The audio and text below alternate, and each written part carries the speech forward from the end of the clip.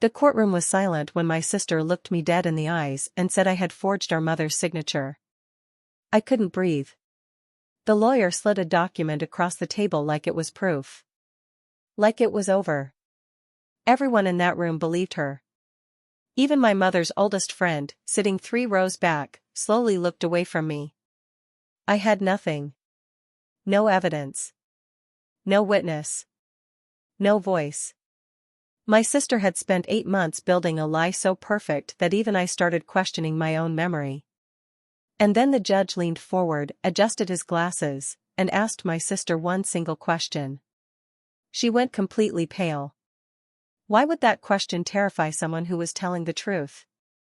The morning my mother was buried, my sister hugged me at the graveside and whispered, "We'll get through this together." 3 weeks later, she filed a lawsuit against me. I wasn't supposed to find out the way I did. I got a call from a number I didn't recognize. A woman, calm, professional, told me I had been named as a defendant in a civil case regarding my mother's estate. I thought she had the wrong person. She didn't. My name. My mother's address. My supposed signature on a document I had never seen in my life. A revised will. Dated 6 weeks before my mother passed.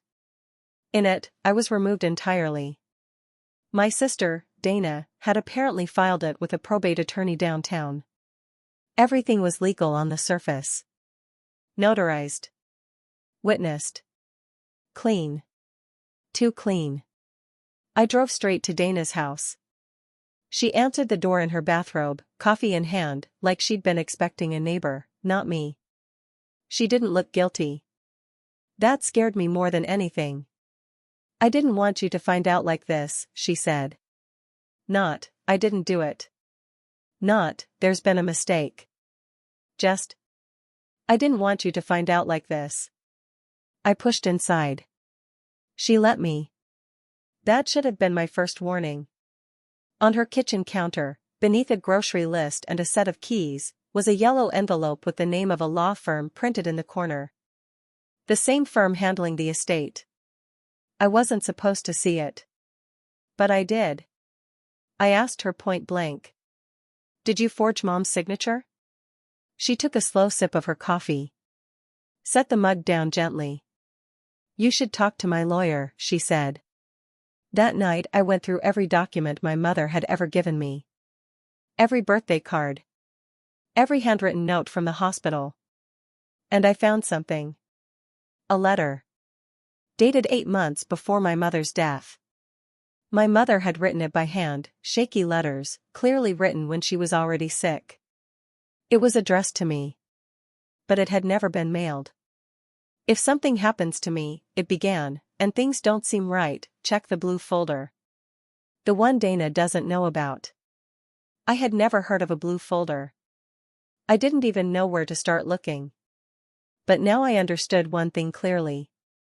My mother had seen this coming. She had tried to warn me. And someone had made sure I never got the message. I couldn't sleep that night. I lay in bed staring at my mother's handwriting on that letter, tracing every shaky letter with my eyes like it might tell me something more. She had known. She had tried to protect me. And I had been completely blind. The next morning I called her oldest friend. Margaret. A woman who had known my mother for 40 years, who had held her hand through chemotherapy, through grief, through everything. She picked up on the second ring. The moment I mentioned Dana's name, the line went quiet. "I was wondering when you'd call," Margaret said. Not surprised. Not confused. Waiting. She told me to come over. She didn't want to talk on the phone. That alone told me everything I needed to know about how serious this was. Margaret lived 20 minutes away in a small house that always smelled like fresh coffee and old books. When I arrived, she was already sitting at her kitchen table. 2 cups poured. Like she had been ready for hours. She slid something across the table before I even sat down. A photograph. It was my mother. Dana. And a man I had never seen before, standing outside what looked like a law office. The date printed on the back of the photograph was 9 months ago. 3 months before my mother's condition got critical. Who is he? I asked. Margaret wrapped both hands around her coffee cup. That, she said slowly, is the man who notarized your mother's new will. My stomach dropped. Dana had been meeting with the notary, privately, months before my mother was even declared terminally ill. This wasn't opportunistic. This had been planned. I went home and called a lawyer. A real one. Mine. She told me what I was up against: a notarized document, 2 witnesses on record, and a sister with no prior legal trouble. On paper, my lawyer said carefully, she looks like the victim. Me. I looked like the one who had tried to manipulate a dying woman. My own mother. I spent the next 4 days pulling threads. Phone records. Bank statements. Anything my mother had left behind that Dana hadn't already gotten to first. And then I found it. A receipt. Tucked inside an old cookbook in my mother's kitchen, a kitchen Dana had already half cleared out. It was for a safety deposit box. Opened 14 months ago. In my mother's name only. I went to the bank the following morning with my mother's death certificate and my ID. The manager checked the records. Then checked again. There's a secondary access name on this account, she said carefully. I leaned forward. It wasn't Dana. It was me. My mother had put my name on that safety deposit box over a year ago. Before she got sick. Before any of this started. Like she had already decided, long before the end, that whatever was inside needed to reach me and only me. I opened the box right there in the bank. Inside was a single manila envelope. Inside that envelope was the original will. The real one. And a signed letter from my mother's original attorney confirming it had never been revoked. Dana's version, the revised will, had been built on top of a document that was never legally void. I thought that was it. I thought I had one. I called my lawyer immediately, hands shaking, voice cracking. She listened to everything. Then went very quiet. There's a problem, she said. Dana's attorney filed a motion this morning. They're claiming your mother lacked mental capacity when the original will was written. Dana wasn't just trying to steal the inheritance. She had anticipated that I might find the original will. And she had already prepared a way to destroy it. She wasn't reacting to me. She had been 10 steps ahead the entire time. Mental incapacity. That was her weapon. If Dana could convince the court that my mother wasn't mentally sound when she wrote the original will, it wouldn't matter that I had the document. It wouldn't matter that it was real. It would be worthless. I sat in my lawyer's office for 2 hours that afternoon. She laid out the reality slowly, carefully, like she was afraid the truth might break me. It almost did. Dana had obtained medical records from the early stages of my mother's illness. Reports that showed confusion, disorientation, memory lapses.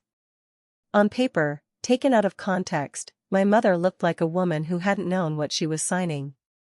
Can they do that? I asked. My lawyer looked at me steadily. They already did. I drove home in silence. No music. No phone calls.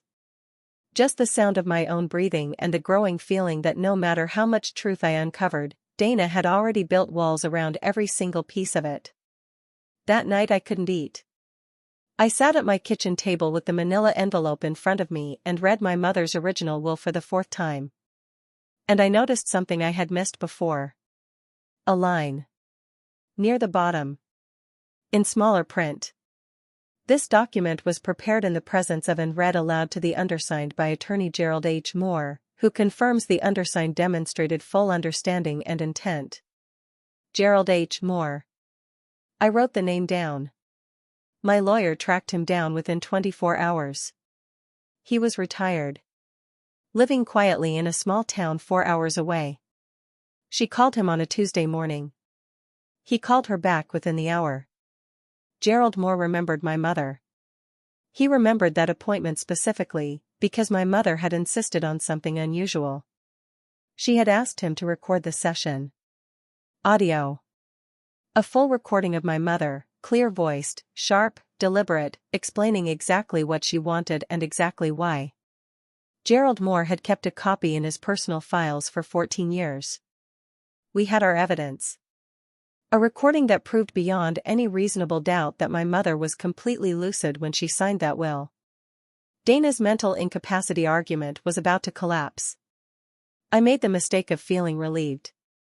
The court date arrived. Dana walked in wearing black, like she was still mourning. Like she was still the grieving daughter. She didn't look at me once. Her lawyer presented first. Medical records. Doctor testimonies. A carefully constructed portrait of a confused elderly woman being taken advantage of by a greedy daughter. That daughter was supposed to be me. I watched the judge's face as they spoke. Neutral. Unreadable. I gripped the edge of the table and waited for my turn. My lawyer presented the recording. The courtroom shifted. I could feel it, a change in the air, in the posture of everyone sitting around us. My mother's voice filled the room. Strong. Clear. Certain. She named me. She explained her reasons. She spoke about Dana too, carefully, deliberately, in a way that made it clear she had thought about this for a long time. Dana's lawyer objected 3 times. The judge overruled him every single time. I thought it was over. I let myself breathe for the first time in weeks.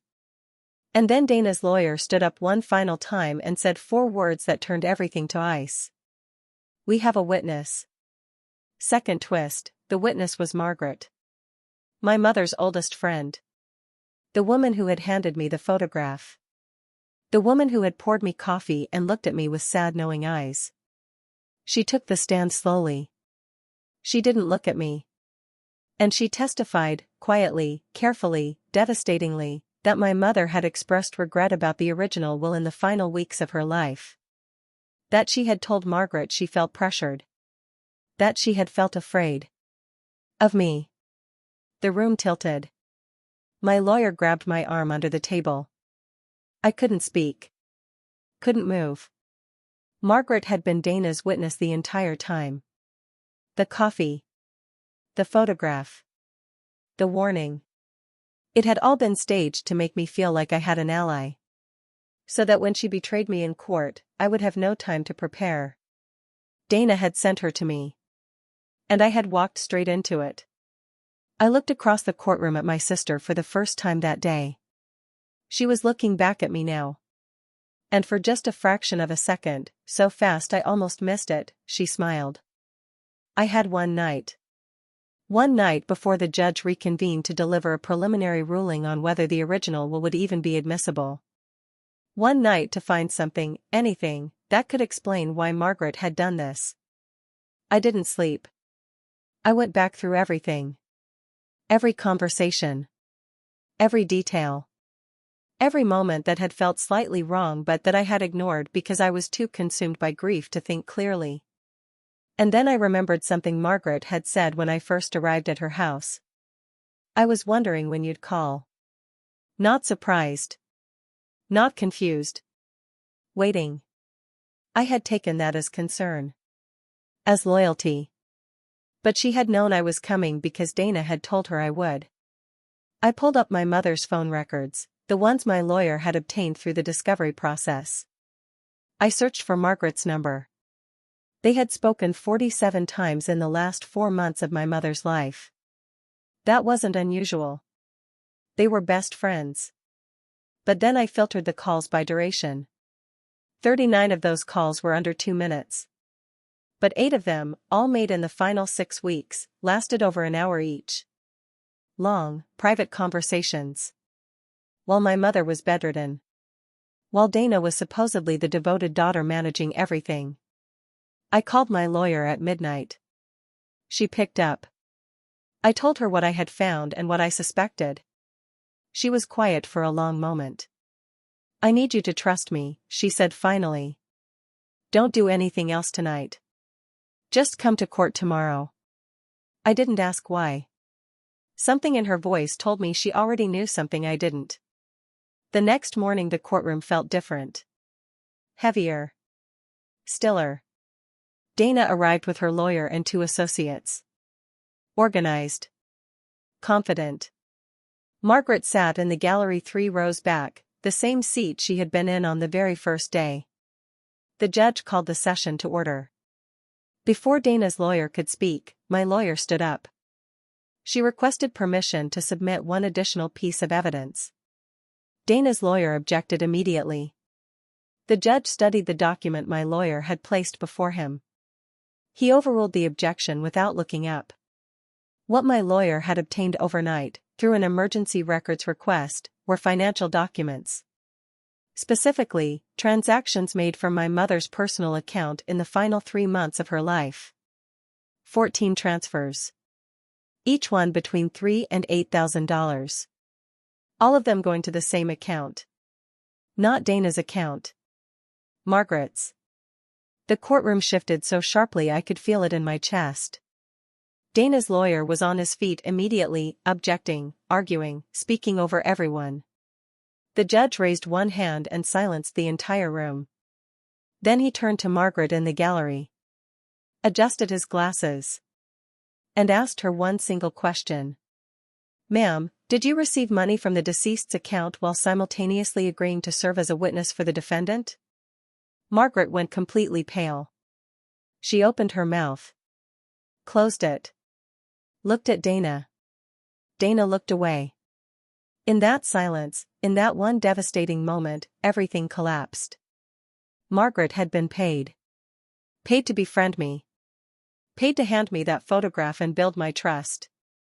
Paid to take the stand and testify against me at the exact moment it would hurt the most. She hadn't been my mother's oldest friend acting out of grief. She had been Dana's instrument from the very beginning. But that wasn't the final revelation. My lawyer stood up one more time. She asked the judge for permission to play a short audio clip. It was a voicemail. Left on Margaret's phone. From Dana. Recorded 11 months ago, 4 months before my mother passed. Dana's voice filled the courtroom. Calm. Organized. Cold. She was outlining the plan, the will, the notary, the photograph, Margaret's testimony, every single piece of it. She had recorded herself giving instructions. A mistake so catastrophic it was almost impossible to believe. Except my lawyer explained it wasn't a mistake at all. My mother had recorded it. Somehow, in those final weeks, confused and bedridden as she was, my mother had figured out what Dana was planning. She had recorded that voicemail from Margaret's phone during one of those long private calls. And she had placed it, along with everything else, inside that safety deposit box. She had built the case herself. From her deathbed. For me. Dana was removed from the courtroom 40 minutes later. Her lawyer withdrew representation before noon. The revised will was declared fraudulent. I sat in that courtroom long after everyone had left. Just me and the echo of my mother's voice still somewhere in the walls. She had seen it all coming. She had fought for me the only way she still could. And she had trusted me to find it. I inherited everything my mother intended me to have. Dana faces criminal charges for fraud, forgery, and financial elder abuse. Margaret pleaded guilty in exchange for testimony. But I don't feel victorious. I feel hollowed out. Because somewhere underneath the fraud and the courtrooms and the forged signatures, Dana is still my sister. And I keep asking myself one question I cannot answer. What did my mother do, or fail to do, that turned one daughter into a protector and the other into a predator? And if you discovered that someone in your family had been slowly planning your destruction for years, would you fight to send them away? Or would you grieve the person you thought they were, and let the court decide?